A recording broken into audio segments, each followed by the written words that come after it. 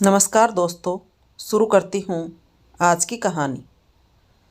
एक युगल था जिनके यहाँ वृद्धावस्था में एक पुत्र का जन्म हुआ, पर वृद्ध को समझ नहीं आ रहा था कि वह अपने बेटे का नाम क्या रखे। तब वह नाम का चयन करने के लिए एक ज्योतिषी के पास गया।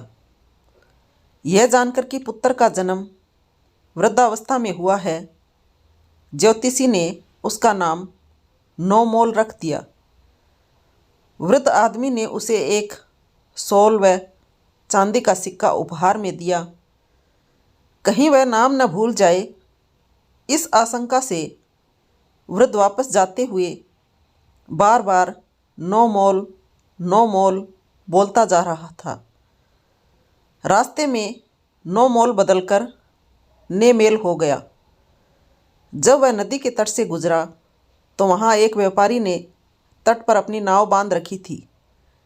जैसे ही वृद्ध आदमी व्यापारी की नाव के पास पहुंचा, व्यापारी ने नाविक को नाव खोलने का आदेश दिया। नाविक जैसे ही ऐसा करने लगा कि उन्होंने वृद्ध आदमी को ने मेल, जिसका अर्थ उनकी भाषा में होता था कि नाव में मत जाओ, बोलते सुना। यह सुन नाविक ने व्यापारी से कहा कि एक वृद्ध आदमी ने हमें नाव के पाल खोलने के लिए मना कर दिया है। व्यापारी ने वृद्ध आदमी को बुलाया और उससे इसकी वजह पूछी।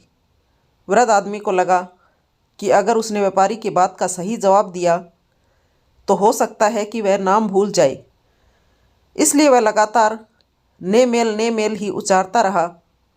व्यापारी ने गुस्से में कहा, इतने लंबे समय तक यहाँ रहने के बाद मैंने नाविक को नाव खोलने का आदेश दिया, पर न जाने कहाँ से यह बदनसीब आदमी आ गया और मेरी शुभ यात्रा में बाधा डाल रहा है।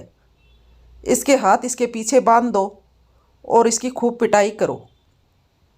पिटने के बाद वृद्ध आदमी ने मेल भूल गया और उसकी जगह नोहो बोर होल बोलता बोलता चलने लगा। इन शब्दों का अर्थ होता है छैल छबीला।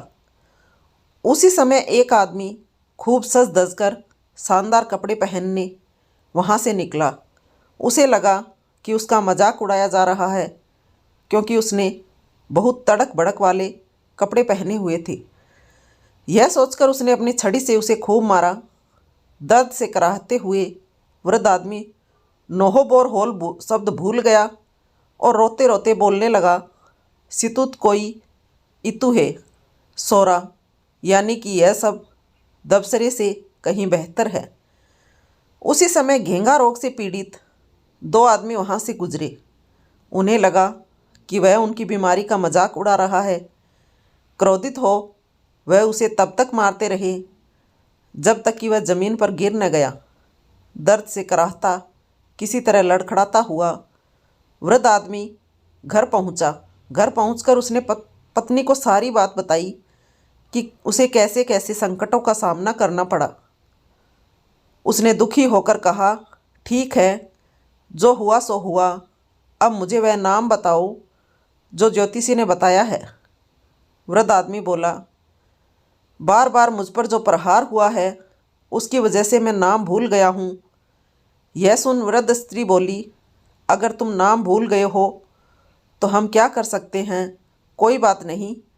अब बेटे का नाम रखने की बात हम यहीं ख़त्म कर देते हैं।